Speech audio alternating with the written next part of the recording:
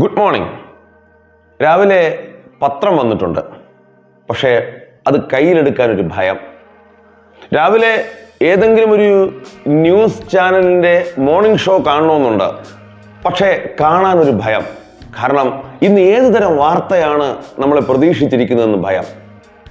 അപ്പൻ മകനെ കൊല്ലുന്നു, ഉറങ്ങിക്കിടക്കുന്ന അപ്പനെ കൊല്ലുന്നു, ജോലി ചെയ്യുന്ന അപ്പനെ കൊല്ലുന്നു, കുടുംബാംഗങ്ങളെ കൊല്ലുന്നു, കാമുകിയെ കൊല്ലുന്നു, ജീവിത പങ്കാളിയെ കൊല്ലുന്നു. ഈ നാട് എങ്ങോട്ടാണ് പോകുന്നതെന്ന് അത്ഭുതപ്പെട്ടു പോകുന്നു. വല്ലാത്തൊരു ലോകത്തിലൂടെ പോകുന്നു. പണ്ട് ഞങ്ങളൊക്കെ സ്കൂളിൽ പഠിക്കുന്ന കാലത്ത് മാമ്പഴക്കാലം എന്ന് പറയും, ചക്ക കായ്ക്കുന്ന ചക്കക്കാലം എന്ന് പറയും, ഓണക്കാലം എന്ന് പറയും, വേനൽക്കാലം എന്ന് പറയും, മഴക്കാലം എന്ന് പറയും. ഇപ്പം ആ കാലമൊക്കെ മാറി. ഇപ്പം കട്ടച്ചോര കൊണ്ട് സർബത്തടിക്കുന്ന കാലം, ഇരുട്ടിൽ സിറ്റി വാഴുന്ന രാജാവിൻ്റെ കാലം, ഭയങ്കരം അപ്പനെ കൊല്ലുന്ന കാലം, കുടുംബാംഗങ്ങളെ കൊല്ലുന്ന കാലം, കാമുകിക്ക് ചുറ്റികയടിച്ച് കാമുകിയെ കൊല്ലുന്ന കാലം, ഫ്രൂട്ടിയിൽ വിഷം കലർത്തി കാമുകനെ കൊല്ലുന്ന കാലം. ഇതൊക്കെ ആ ഒരു കാലത്തിലൂടെ പോകുന്നു. ഞാനിങ്ങനെ ആലോചിക്കുകയായിരുന്നു, എന്തുകൊണ്ടായിരിക്കാം ഇത് സംഭവിക്കുന്നത്. ഒന്നാമത് എൻ്റെ നിരീക്ഷണം, ക്രിമിനൽ പശ്ചാത്തലമുള്ള കൊലപാതക രംഗങ്ങളുള്ള, കൊലപാതകങ്ങളെ മഹത്വവൽക്കരിക്കുന്ന ഗാനങ്ങളുള്ള സിനിമകൾ നിരോധിക്കണം.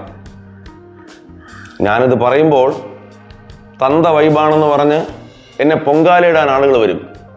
എനിക്കത് പ്രശ്നമില്ല. ഞാൻ 2 മക്കളുടെ അപ്പനായതുകൊണ്ട് എനിക്കത് പറഞ്ഞേ പറ്റൂ. സിനിമകളിൽ ക്രൂരമായ കൊലപാതകങ്ങൾ മഹത്വവൽക്കരിക്കപ്പെടുന്നു.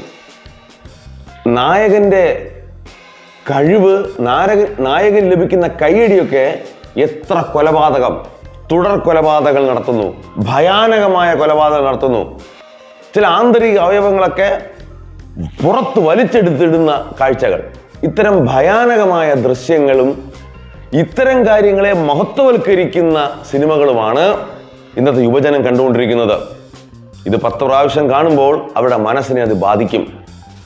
കൊലപാതകങ്ങൾ മഹത്വവൽക്കരിക്കപ്പെടുമ്പോൾ അവർക്ക് വീരപദവി ലഭിക്കാൻ വേണ്ടി അവരിത് പലതും ചെയ്യും. കൂട്ടത്തിൽ ലഹരിയും കൂടെ ആകുമ്പോൾ അപ്പനോ അമ്മയോ സഹോദരിയോ സഹോദരനോ മുത്തച്ഛനോ മുത്തച്ഛയോ ഒന്നും നോക്കാതെ കാച്ചിക്കളയും. ഈ അടുത്ത കാലത്തിറങ്ങിയ ഒരു ഗാനം നിങ്ങൾ കേട്ടായിരുന്നോ? കട്ടച്ചോര കൊണ്ട് ജ്യൂസ് അടിച്ച് സോഡാ സർബത്ത്, ഇരുട്ടിൽ സിറ്റി വാഴും രാജാവ്, പേനാക്കത്തി കൊണ്ട് വിദ്യാരംഭം. തലയ്ക്കകത്ത് ചിന്താശക്തി ഉള്ളവന് ഇത് കേട്ടിരിക്കാൻ കഴിയുമോ? ഈ പാട്ടിൻ്റെ താളങ്ങൾക്കനുസരിച്ചാണ് നമ്മുടെ യുവത തുള്ളിക്കൊണ്ടിരുന്നത്. കുറേ കേട്ട് കഴിഞ്ഞപ്പോൾ അവനും കട്ടച്ചോര കൊണ്ട് സോഡ അടിക്കാൻ തുടങ്ങി. അവനും പേനാക്കത്തി കൊണ്ട് വിദ്യാരംഭം നടത്താൻ തുടങ്ങി. ഇത്തരം ആഭാസ ഗാനങ്ങൾ ഈ കേരളത്തിൽ നിരോധിക്കേണ്ട സമയം. ഇതൊക്കെ എഴുതിയവരുടെ മാനസികാവസ്ഥ, ഇതൊക്കെ പണം ചെലവാക്കി സംവിധാനം ചെയ്ത് പുറത്തു കൊണ്ടുവന്നവരുടെ മാനസികാവസ്ഥ എന്താണെന്ന് നിങ്ങളൊന്ന് ആലോചിച്ചിട്ടുണ്ടോ? ഇതൊക്കെ സമൂഹത്തിന് എന്തെങ്കിലും ഗുണം ചെയ്യുന്നതാണോ? എന്നെ അത്ഭുതപ്പെടുത്തി ഇതൊന്നുമല്ല. ഈ കാര്യങ്ങളൊക്കെ ചെയ്തവനെ ആ പാട്ടിന്റെ ആരംഭത്തിൽ എങ്ങനെ പറഞ്ഞിരിക്കുന്നത് അറിയാമോ? നാടിൻ നന്മകനെ പൊന്മകനെ മുത്തായവനെ. ആരെ? കട്ടച്ചോര കൊണ്ട് സർബത്തടിക്കുന്നവനും പേനാക്കത്തി കൊണ്ട് വിദ്യാരംഭം കുറിക്കുന്നവനും ഇരുട്ടിൽ സിറ്റി വാഴുന്നവനും നാടിൻ്റെ നന്മകനും പൊന്മകനും മുത്തുമാണെന്ന്. സ്വാതന്ത്ര്യം നേടിത്തന്ന ഗാന്ധിജി മുത്താണെന്ന് ഞങ്ങൾ സ്കൂളിൽ പഠിക്കുമ്പോൾ പാടുകയും പറയുകയും ചെയ്തു. ഭൂപരിഷ്കരണം കൊണ്ടുവന്ന EMS കേരളത്തിൻ്റെ മുത്താണെന്ന് ഞങ്ങൾ പാടുകയും പറയുകയും ചെയ്തു. അനേക അശരണർക്ക് ആശ്രയമായിരുന്ന ഉമ്മൻചാണ്ടി സാറ് നാടിൻ്റെ പൊന്മകനാണെന്ന് ലോകം പറഞ്ഞു. ഇപ്പോഴും ഭരണകർത്താക്കളും സാമൂഹ്യ പരിഷ്കർത്താക്കളും നാടിൻ്റെ മുത്താണെന്ന് ജനങ്ങൾ വിശ്വസിക്കുന്നു. അവിടെയാണ് ഈ തലമുറ അർത്ഥമില്ലാത്ത വാക്കുകളും ജൽപ്പനങ്ങൾ നടത്തി ഈ കേരളത്തിൻ്റെ ആവാസ വ്യവസ്ഥയെ മലിനമാക്കിക്കൊണ്ടിരിക്കുന്നു. ഇത്തരം സിനിമകൾ നിരോധിക്കണം, നിരോധിച്ചേ മതിയാകൂ. യുവജനങ്ങൾ പറയുകയാണ് സ്നേഹം, പ്രേമം. എനിക്ക് ആ വാക്കിന് അർത്ഥം മനസ്സിലാവുന്നില്ല. അതാണ്ട് ഒരുത്തി ഫ്രൂട്ടിയിൽ വിഷം കലക്കിയ ഒരുത്തനെ കൊന്നു, അതിൻ്റെയും പേര് പ്രേമമെന്ന് തന്നെയാണ്. അതാണ്ട് ഇന്നലെ ഒരുത്തൻ കാമുകിയെ വീട്ടിൽ വിളിച്ചു വരുത്തി ചുറ്റിക വെച്ച് അടിച്ച് കൊന്നു. എന്ന് ഒരുമിച്ച് ജീവിക്കണമെന്ന് ആഗ്രഹിച്ചവര്, മുത്തെന്നും ചങ്കെന്നും പറഞ്ഞവര്, ആ ശ്വാസമെടുത്ത് ആ കുട്ടി പിടയുമ്പോഴും തല പൊട്ടി ചിന്നാഭിന്നമാകുമ്പോഴും അവളുടെ ഭയാനകമായ മുഖം കണ്ടപ്പോഴും ഇവനൊരു കൂസലുമില്ലാതെ മണ്ട അടിച്ച് പൊട്ടിച്ച് അവളെ കൊന്നുകളഞ്ഞു. അതിന് മാലോകര് വിളിക്കുന്ന പേര് പ്രേമമെന്ന്.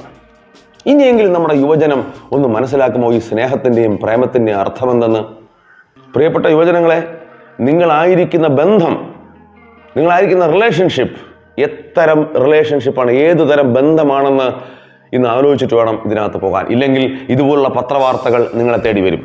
ഒന്നല്ല, രണ്ടല്ല, മൂന്നല്ല, പല ഉദാഹരണങ്ങളും ഈ നാട്ടിൽ ഇപ്പോൾ സംഭവിച്ചുകൊണ്ടിരിക്കുന്നു. ലഹരിക്കെതിരൊരു വലിയ പങ്കുണ്ട്. നായകൻ ചുണ്ടിൽ സിഗരറ്റും കത്തിച്ച് തുടർ കൊലപാതകം നടത്തുമ്പോൾ തിയേറ്ററിൽ കുട്ടികൾ കൈയടിക്കും. മനസ്സിലും അവൻ അദ്ദേഹത്തെ ആരാധിക്കുന്നത് കൊണ്ടാണ്. ലഹരി പദാർത്ഥങ്ങൾ ഉപയോഗിക്കുന്ന രംഗങ്ങൾ സിനിമയിൽ നിന്ന് ഒഴിവാക്കണം. ലഹരി പദാർത്ഥങ്ങൾ ഉപയോഗിക്കുന്നത് നായകന്റെ ലക്ഷണമാണെന്ന് വരുത്തി തീർക്കുന്ന രംഗങ്ങൾ ഒഴിവാക്കണം. ദുഃഖം വരുമ്പോഴും സന്തോഷം വരുമ്പോഴും ലഹരി ഉപയോഗിക്കുന്നത് ഒരു ശീലമാണെന്ന് ഉള്ള രീതിയിലുള്ള സിനിമാ ചിത്രീകരണങ്ങൾ ഒഴിവാക്കണം. കുട്ടികൾ, യുവജനങ്ങൾ ചെറിയ പ്രായം മുതലേ ലഹരി ഉപയോഗിച്ച് ബോധമില്ലാതെ കുടുംബാംഗങ്ങളെ തന്നെ നശിപ്പിച്ചുകൊണ്ടിരിക്കുന്നു. എങ്ങനെ ഈ സാമൂഹ്യ പരിസ്ഥിതിയിൽ നിന്ന്, സാമൂഹ്യ ചുറ്റുപാടിൽ നിന്ന് എൻ്റെ കൊച്ചു കേരളത്തെ വിടുവിക്കാം? അതൊരു ആശങ്ക ഉണർത്തുന്ന ഒരു ചോദ്യമാണ്. ഒരുപക്ഷെ നമുക്ക് ഒന്ന് ഉണർന്ന് പ്രവർത്തിക്കേണ്ട സമയമാണ്. സിനിമകളും മറ്റ് മാധ്യമങ്ങളിലൂടെയുള്ള വാർത്തകളൊക്കെ ഒന്ന് സാമൂഹ്യ നിരീക്ഷണത്തിന് വിധേയമാകണം. ഒരു സോഷ്യൽ ഓഡിറ്റിംഗ് ഇത്തരം സിനിമകൾക്ക് ആവശ്യമാണ്, ഇത്തരം കാര്യങ്ങൾക്ക് ആവശ്യമാണെന്ന് ഞാൻ വിശ്വസിക്കുന്നു. നമ്മുടെ മക്കളെ പ്രശ്നത്തിലേക്ക് തള്ളിവിടാതെ കുടുംബങ്ങളിൽ താമസിപ്പിക്കുന്ന നല്ല മക്കളായി മാറ്റുവാൻ നമുക്ക് എന്തൊക്കെ ചെയ്യാൻ കഴിയുമോ അതൊക്കെ ചെയ്യാനുള്ള കാലഘട്ടമാണ്. പോലീസ് അധികാരികളും ഗവൺമെൻറ് സംവിധാനങ്ങളും കൗൺസിലിംഗ് പോലത്തെ സംവിധാനങ്ങളും ഡി അഡിക്ഷൻ പ്രവർത്തനങ്ങളും ഊർജിതപ്പെടുത്തി കേരളത്തെ ദൈവത്തിൻ്റെ സ്വന്തം നാടായി തന്നെ നിലനിർത്തണമെന്ന് ഒരു അഭ്യർത്ഥനയുണ്ട്.